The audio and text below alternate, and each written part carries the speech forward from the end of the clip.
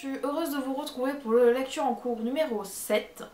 Voilà, alors comme d'habitude, pas de nouveauté, enfin pas de sortie du mois d'avril, mais une nouveauté, voilà, et ensuite que des suites.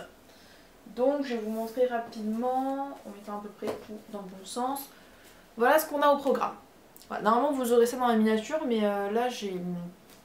Sur le lecture en cours numéro 6, la miniature elle a merdé et elle veut pas changer, donc...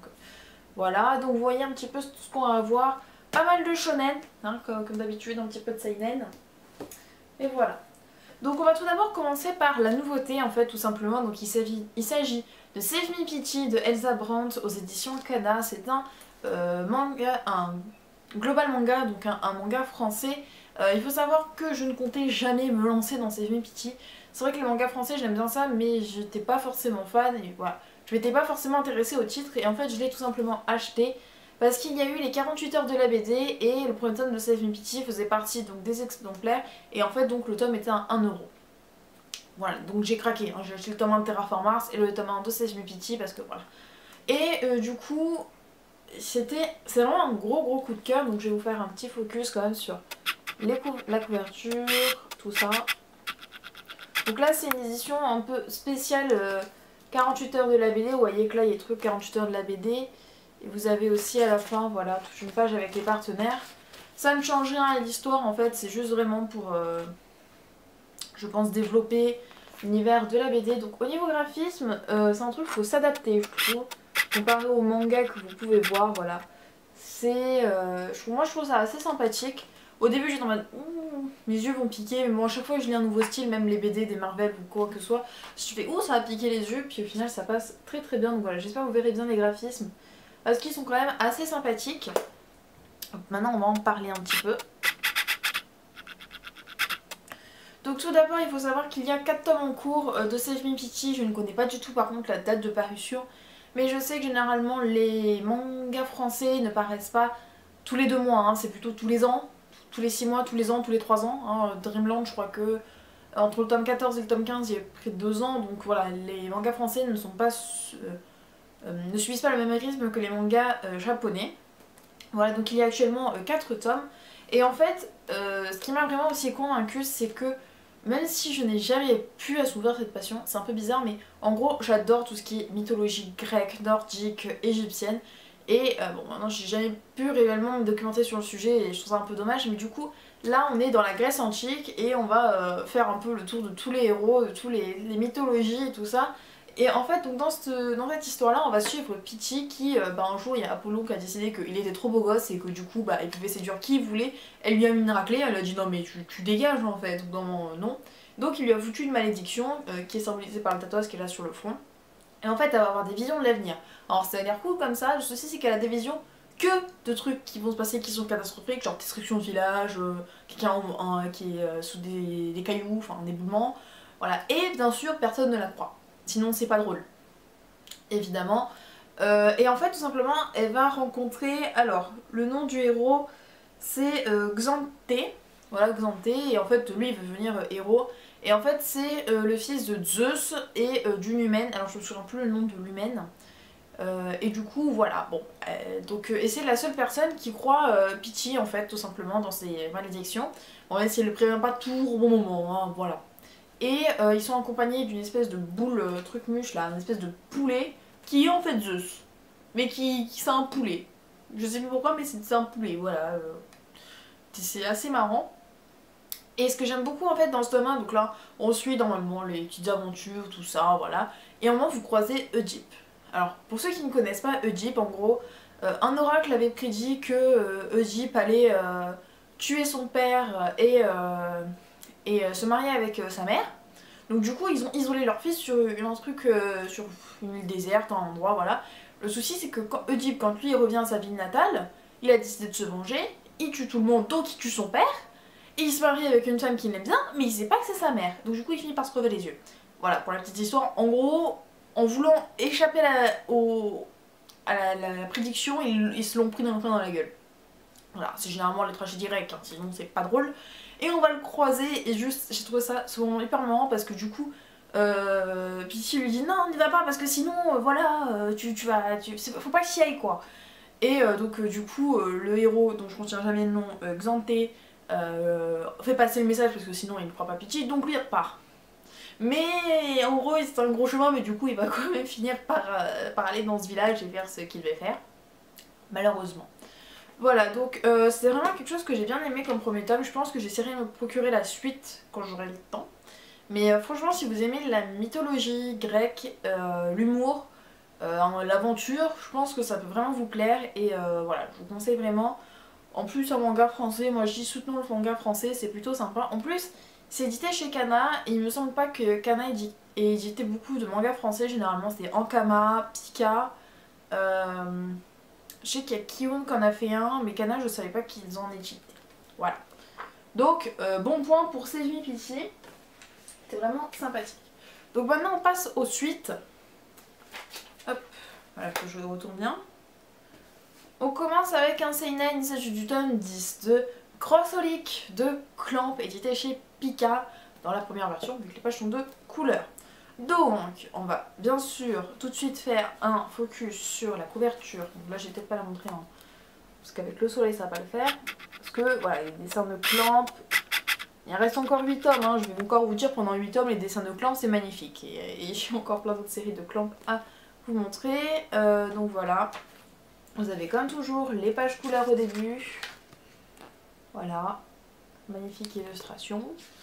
Donc si des fois j'ai du mal à savoir au personnage est par là, hein, mais tout bien.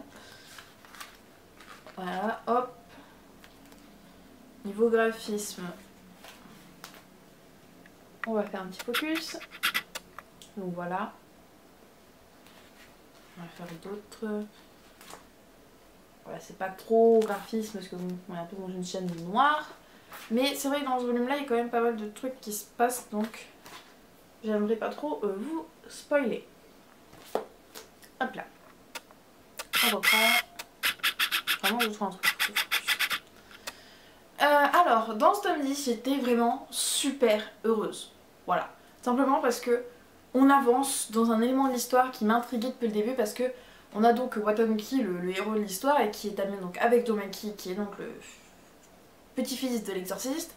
Et l'autre c'est Imawari, qui est donc une amie de classe et tout ça. Et à chaque fois, il me semble qu'elle s'appelle Yuko, elle fait ouais cette fille là, ouais. En gros en mode je sais des choses que tu sais pas mais tu finiras par les savoir. En gros le mode il y a un big secret. Et moi je voulais savoir ce big secret et on le sait dans cet tome là en fait. Et voilà, je m'attendais un peu, je trouvais que c'était quelque chose comme ça qui était... En fait elle est pas vraiment mauvaise mais bon, elle a quand même pas de bol quoi en vrai. Donc je vais pas vous spoiler sur ça parce que bon on m'aurait spoilé, je pense que j'aurais cassé la gueule à quelqu'un direct. Bon après, si j'arrive au tome 15, si ça revient, je le dirai. Voilà, vraiment, faut que j'avance dans l'histoire. Et du coup, ce tome-là était magnifique parce que du coup, en fait, tout ce tome-là est consacré à vraiment cette histoire, tout ça. Au début, on commence avec aller chercher de l'eau, tout ça, et puis le petit doigt qui fait une promesse. Enfin, c'est un peu compliqué, mais en gros, on arrive vraiment à cette histoire-là et... Watanuki passe à 2 cheveux de la mort, hein, quand même, hein, dans ce tome-là, juste comme ça au passage, hein, il passe près de la mort, très près. Donc voilà, donc j'ai beaucoup apprécié ce tome-là. Donc il faut savoir que Crossholic c'est dans 18 tomes, et il y a aussi Crossholic Ray qui est donc la suite. Il me semble qu'il y a 3 tomes actuellement parus. Et voilà, alors là par contre je ne peux pas... Ouais, j'ai pas grand-chose énormément à vous dire parce qu'à part révéler le secret... qui donc entoure cette jeune fille, c'est vraiment ce qui est vraiment très très important dans ce volume là. Voilà, donc on passe assez rapidement sur ce volume là malheureusement. Mais j'ai trois autres Crossholic qui m'attendent, vous inquiétez pas, je vais les lire tout de suite après. Hop. On passe maintenant à L'attaque des titans Before the Fall, le tome 5. Alors, l'histoire originale de Hajime Isayama, d'après le roman de Ryu Suzukaze, le dessin de Satoshi Shiki, le caractère design de Torres Shibamoto. Je réussis quand même, au bout de 5 tomes, à dire les noms des auteurs sans me galérer, pas possible. Donc hop, on va faire un petit focus sur les couvertures. Donc là, vous avez le héros principal, son espèce d'acolyte et un gigan derrière, voilà.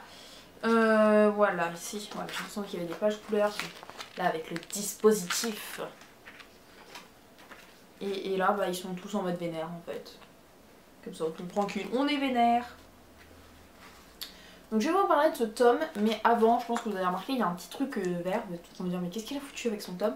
Donc il faut savoir que le héros, comme vous le voyez, il a deux cicatrices, c'est-à-dire qu'il en a une sur le nez à la Hiruka de Naruto si vous voulez, et une sur l'œil à la Kagashi de Naruto. Ah, il a fait un mix en fait.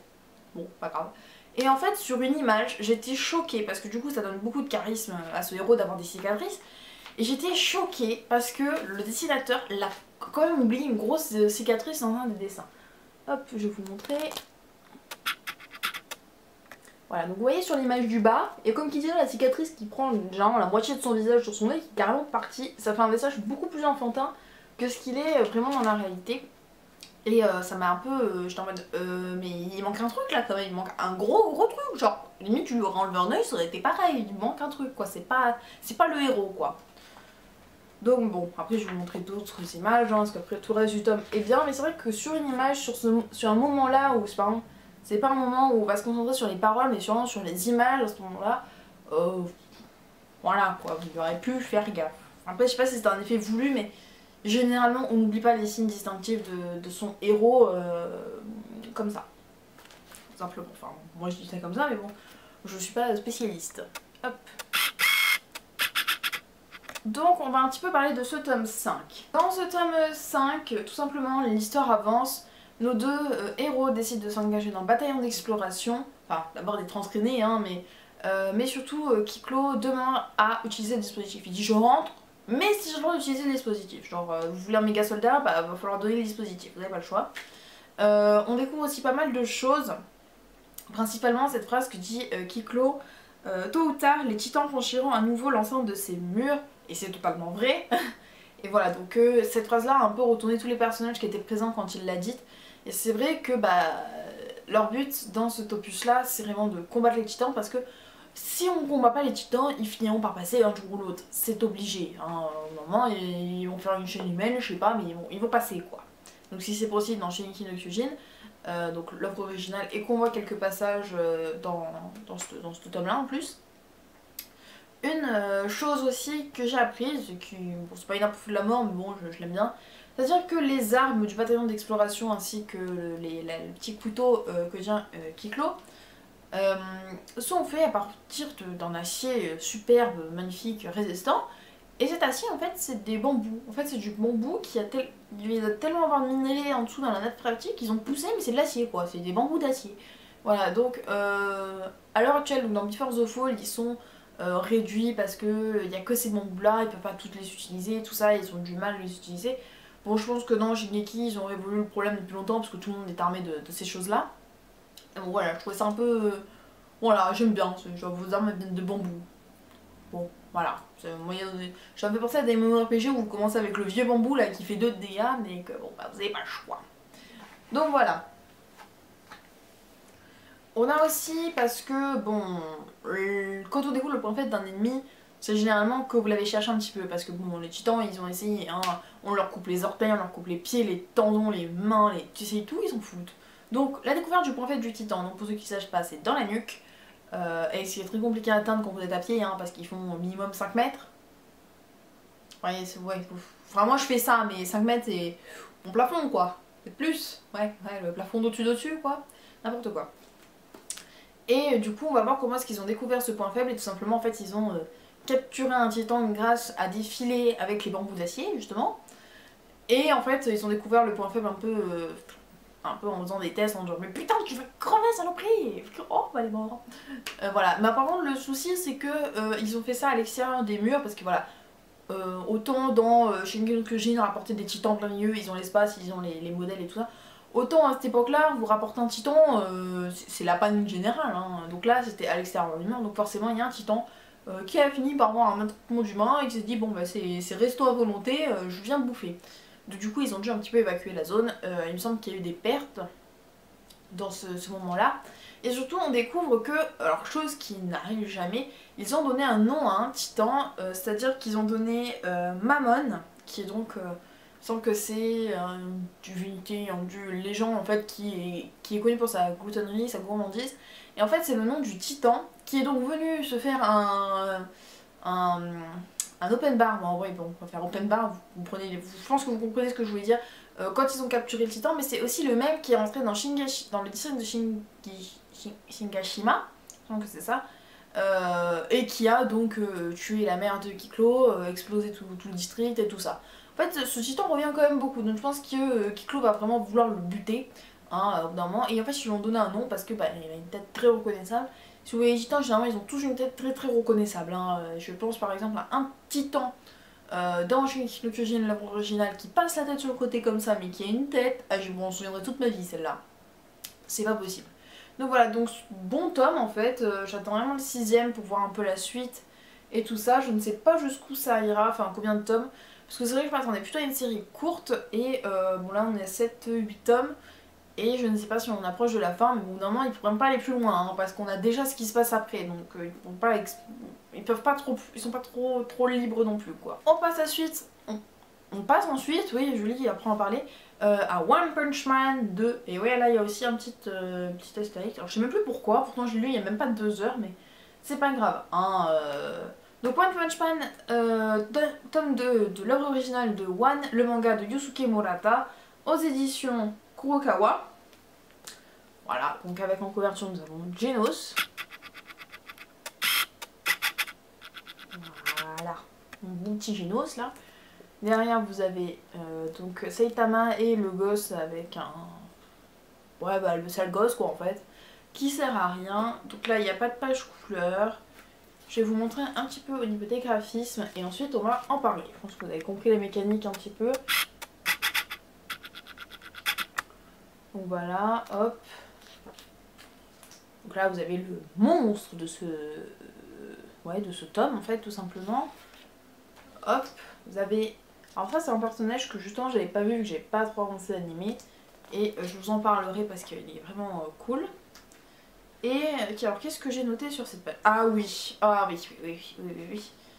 Donc on va faire rapidement sur cette page. Je trouve que j'ai l'impression d'être dans une certaine mention français et bien. Parce qu'en fait je trouve que dans le manga, dans One Punch Man, il y a une figure de style qui est très souvent utilisée, c'est quand... alors je sais plus le nom bien sûr parce que mes cours de français, faut vraiment que je les reprenne. C'est quand vous dites quelque chose et que c'est totalement l'opposé. Vous voyez, genre un méchant gentil. Vous voyez, genre c'est opposé. Vous voyez de quoi je veux parler? Si des gens se souviennent comment ça s'appelle la figure de style, merci de me le rappeler. Et en fait j'en ai trouvé une, bah voilà, genre c'est vraiment sur ça que ça se base généralement. Par exemple, il suffit de voir ton sourire innocent pour le comprendre. Et ça, c'est censé être un sourire innocent. Hein? Très innocent ça. Ça veut pas du tout dire que tu vas finir en morceaux découpés en rondelles et être cuit sur le barbecue. Pas du tout. Ça va. Donc voilà. Donc voilà, c'est tout pour les images. On a un petit peu d'autres. Bon là au niveau des graphismes, il n'y a franchement rien à redire. Hein, voilà. C'est du Murata. Voilà, je peux pas dire autre chose. Hop. Alors, dans ce tome 2 de One Punch Man, et ben on continue sur la lignée du premier, c'est-à-dire humour, trucs qui ont rien à voir, du genre, il y a un boss, et puis là le boss il fait « Je resterai dans cet état d'énervement jusqu'à samedi prochain !» Vous voyez, et là, il y a cet homme qui réfléchit « Samedi, putain c'est le jour des promotions !» Voilà, et du coup il explose le boss en un coup, en faisant c'est le coup des promotions, voilà, c'est un peu... un petit peu tout et n'importe quoi. Donc là il se retrouve dans la maison d'évolution où en fait il y a un mec qui se pense supérieur aux hommes et qui n'est pas content parce que toutes ses idées ne sont pas acceptées, donc il vieillit, il est tellement intelligent qu'il arrive à rejeunir, il arrive à se cloner et du coup il fait la maison de l'évolution. En gros il mue des gènes animaux, humains, enfin gros bordel. Voilà, gros bordel. Mais ce qui était vraiment sympathique c'est qu'on voit, voilà, c'est ce personnage là comme je vous ai montré tout à l'heure, qui s'appelle donc Sonic le Pourfendeur. Et c'est vraiment en fait c'est un genre d'assassin, de garde du corps tout simplement parce qu'à un moment il y a un clan des chauves-souris avec son chef tête d'enclume. Merci pour cette... Je sais pas si c'est la traduction ou si c'était réellement comme ça, parce que si c'était réellement comme ça, eh ben putain, t'aimes pas tes personnages toi. Donc voilà, et ce personnage là, voilà, bah, c'est un super héros tout simplement, mais c'est un super héros sadique, voilà. Hein, il tue tout le monde, il s'en contrefou. Hein. Vous avez décidé de le faire chier une fois, mais il va vous exploser quoi, rien à faire. Donc j'ai trouvé assez sympathique, un peu fou et sympathique. Ouais, moi j'aime bien les fous, c'est pas grave. Donc je trouve que ça, sur ce point là ça avance, qu'on voit d'autres super-héros parce que Genos il est bien mignon mais il sert quasiment à rien. Genre quand il y a un méchant qui arrive il se fait balancer sur le mur au point que Saitama il dit arrête de faire de l'arme moderne avec Genos. Merde, ça sert à quelque chose, t'es censé être un cyborg, tu fais 3 explosions, tu fais n'importe quoi. Genre t'arrives devant un bâtiment, tu l'exploses. Mais tu penses pas au reste, genre s'il y avait des innocents dedans, je sais pas, hein. Le fait que t'exploses la montagne derrière aussi, non? Bon, je m'emporte un peu, mais Genos il a tout pour être charismatique, pour être le meilleur héros du monde et il fait nimp. Voilà, ça me saoule. Donc voilà, et on a un début d'intrigue tout simplement parce que Saitama fait putain, je suis pas connu, hein, personne me connaît. Et du coup, Genos lui dit mais tu n'es pas inscrit à, alors que je sorte le nom, l'almanach des super-héros. Et du coup, il décide de s'inscrire ensemble à l'almanach des super-héros. Enfin, Saitama veut s'inscrire à l'almanach et dit à Genos tu t'inscris avec moi et si on arrive à être inscrit, tu deviendras mon disciple. Voilà, et le manga finit sur ça. Donc, est-ce que ça va être un début et du coup on va avoir des super-héros, tout ça, et qu'il y a une intrigue qui va vraiment se développer? Parce que oui, je vous l'avais dit, s'il n'y a pas d'intrigue qui se développe, finalement moi je vais abandonner parce que c'est juste pour un truc comique, bah, j'ai d'autres choses, généralement. Donc voilà, donc c'est un bon tome, mais j'attends vraiment la suite pour me décider sur One Punch Man. Voilà, je suis pas totalement en mode Keke One Punch Man. Voilà. On se retrouve avec, par contre là, un shonen qui me fait kiffer, donc moi il me semble que c'est bien un shonen. C'est le tome 12 de Assassination Classroom de Yusei Matsui, aux éditions... J'ai perdu les éditions. Mince. Ah parce qu'en plus il y a des trucs comme ça, donc oui c'est aux éditions Kana, voilà. Oui c'était marqué là mais j'ai totalement zappé. Le tome 13 sort le 8 juillet et j'ai oublié de préciser que c'est pour le 9 juin il me semble le tome 3 de One Punch Man. Donc voilà, Assassination Classroom, donc là vous l'avez en couleur blanc et avec des petites étoiles. Par contre je ne fais pas de focus sur la couverture parce que voilà, hein, c'est du Kuro Sensei, vous n'allez pas me dire que c'était la meilleure couverture de votre vie. Hop. Donc là, voilà pour les graphismes. Toujours aussi sympathique. Oula, je me suis un petit moment qui spoilait, on va revenir en arrière. Voilà. Hop. Quand tu veux, l'appareil photo. Alors, donc du coup, dans ce tome 12, tout d'abord, on commence par voir leurs nouvelles combinaisons sportives faites par le gouvernement et qui sont juste trop stylées. Hein, juste donnez-les-moi entre juste le fait qu'elles soient stylées, qu'elles soient rembourrées de partout, genre tu peux pas te faire mal, tu peux briser une vitre, tu t'en contrefous, y a rien qui va t'atteindre, mais donnez-les-moi. J'ai envie de faire des choses n'importe comment, moi sans me blesser, ça serait totalement cool. Bon. Mais là on arrive quand même sur un truc, l'histoire progresse parce qu'on a un tueur à gages, et c'est un tueur de tueur en fait, c'est genre le tueur, the tueur, the killer. Voilà, bon je crois que je l'ai bien assez répété, il s'agit du dieu de la mort, et le Shinigami en fait tout simplement. Et tout simplement en fait il a décidé tout simplement à Kuro Sensei et la classe va en faire les frais, Kuro va en faire les frais, tout le monde va en faire les frais et c'est un peu la guerre. Alors, en termes de la trahison d'un personnage, voilà déjà genre il y a un personnage qui s'est dit j'en ai ras le bol d'être du côté des gentils, c'est mort maintenant, il n'y a plus. No care. Ensuite on a les élèves et tout, alors c'était sympa les élèves, tout ça, qui se battent, ils se sont fait rétamer en puissance 10 000 mais c'était sympathique. Et on a surtout, alors je me souviens jamais le nom de ce personnage, c'est Karasuma, donc le professeur de sport en fait de la classe E, mais surtout genre un agent méga étoilé qui a décidé qu'il était temps que lui il combatte et en fait ça va être un combat entre lui et le dieu de la mort. Mais ce type n'est pas humain. Il n'est pas humain, il est juste trop fort. Des fois je me demande comment ça se fait qu'il n'ait pas réussi à tuer Kuro Sensei. Parce que franchement, il est trop fort. Trop fort. Je reprends de... Voilà, je vous laisse découvrir mais il est beaucoup trop fort. Voilà, donc j'ai adoré ce tome. Il y a toujours des petites doses d'humour, hein. Kuro Sensei qui essaye de faire des choses qui servent à rien. Genre... Voilà. Je pense qu'il a... En fait, dans ce tome-là, il a fait une technique qui sert uniquement rien du tout. Hein, qui peut servir en temps de... Ouais, à certains moments, mais là, non, ça sert à rien du tout. Et voilà, donc j'ai bien aimé ce tome 12 qui se... Enfin, les tomes d'Assassination Classroom, je trouve qu'ils se lisent assez rapidement. Je tiens d'ailleurs à se préciser, ceux qui veulent se lancer dans la série ou qui ont la série et qui ne le savent pas, la fin d'Assassination de AC, voilà. Alors il me semble que c'est fini, alors soit il reste un ou deux scans mais c'est fini, enfin un ou deux chapitres. Tout simplement parce que bah, au bout d'un moment cette série là ne peut pas faire 10 300 tomes parce que bon, il y a soit Kurosensei tue la planète, soit bah, il est mort.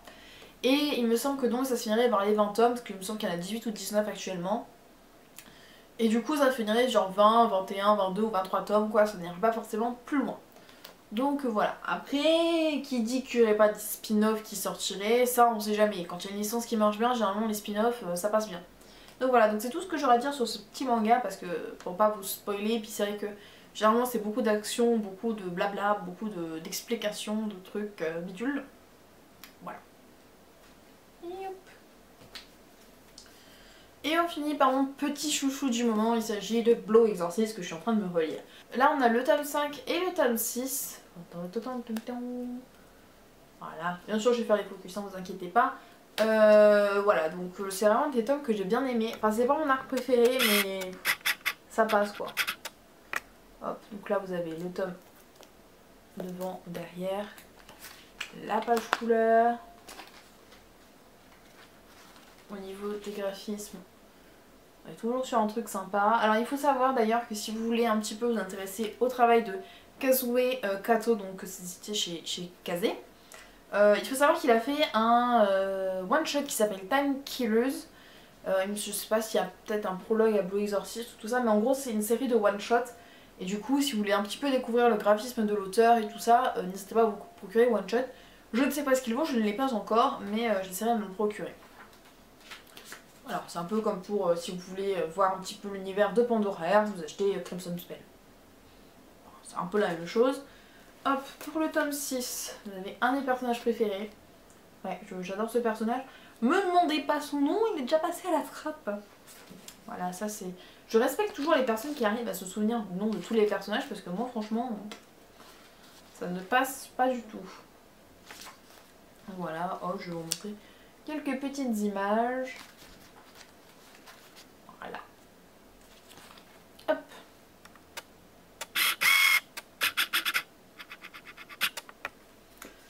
Alors, qu'est-ce qui se passe dans ces tomes-là? Alors déjà, comme je vous disais dans le lecture en cours d'avant, on rentre totalement dans le vrai Blow Exorcist. Voilà, là c'est fini, il y a 3 mobs qui sont échappés, mais c'est des trucs insignifiants, on a les gars, là on a un gros problème, là ça va détruire le monde, on se bouge, voilà, on arrête les conneries. Donc dans le tome 5, alors je vais poser le tome 6 déjà, comme ça je n'aurai pas dans les mains. Dans le tome 5 en fait on va découvrir un gros plan machiavélique. En fait il s'agit de l'œil, alors l'œil gauche de Fujōo. Donc en fait c'est un monstre enfin, qui avait des, enfin, là, qui est mort depuis des milliers d'années, mais centaines, milliers d'années, quelque chose comme ça. Et en fait il était capable de projeter une genre de maladie qui faisait de la fièvre et des miasmes. Alors les miasmes dans le manga c'est genre des espèces de gros bulbes qui vous poussent partout, dégueulasses, hein, voilà. Et en fait quand il a été tué, il s'avérait que beaucoup de ces miasmes étaient contenus dans ses yeux, donc ils ont scellé les deux yeux et les ont cachés à des endroits. Donc il y a l'œil gauche et l'œil droit. L'œil gauche a été volé. Déjà vous êtes là en mode mais merde, c'est déjà pas pratique parce que un seul œil déjà ça fait des dégâts, hein. Vous n'essayez pas de croire que voilà. Et le souci maintenant c'est que l'œil droit a aussi été visé, donc il faut vraiment le protéger. Et pour ça on va se rendre à Kyoto, tout simplement parce que c'est là-bas où est gardé l'œil droit. Mais c'est principalement là d'où vient ce personnage. Donc d'où vient Ryuji, voilà, je l'aime beaucoup aussi ce personnage là.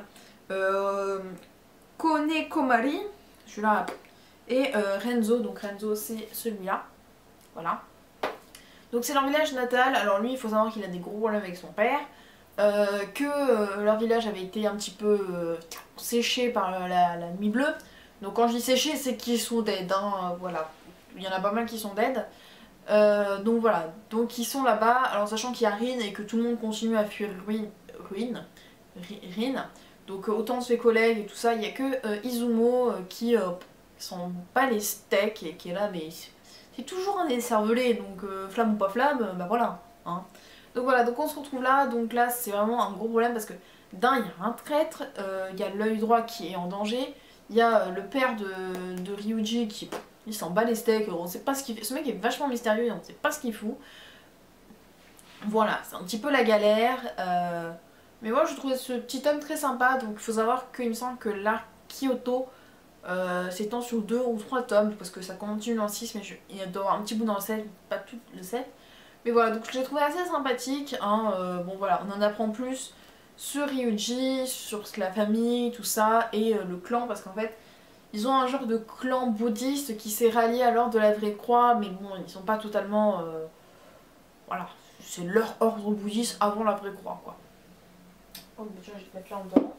Je vais péter le poignet faire ce mouvement. Et dans le tome 6, et ben là, les hostilités commencent totalement. Puisque malheureusement, le traître a réussi à avoir l'œil droit. On sait qui est le traître. Je ne vous dirai pas qui est le traître. Hein. Essayez de voir qui, dans les négociations, faites un petit King's Game, on verra qui c'est. Voilà, je délire totalement, mais tout bien.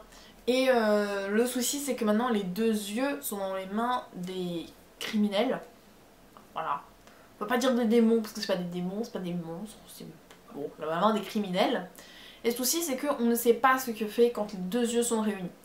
En fait, on se doute que genre ça va être le cataclysme, ça propage une nouvelle maladie, bon voilà, c'est les rumeurs.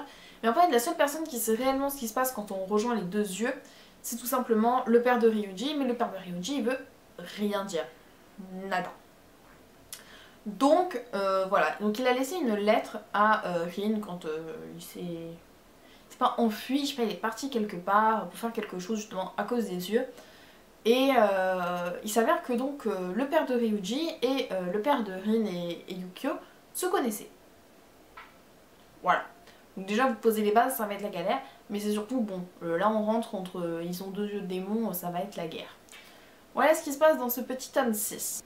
Oui, j'ai totalement oublié aussi, Rin a fait encore une fois une grosse boulette, a sorti ses flammes devant tout le monde et s'est donc retrouvé en tôle.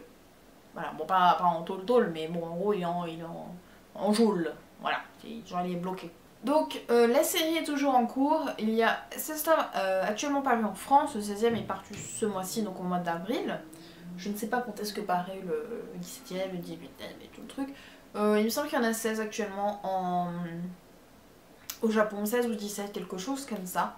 Mais bon voilà, donc du coup, c'est un arc que j'aime... Voilà, c'est pas mon arc préféré, comme je vous le dis, je sais qu'il y en a des meilleurs.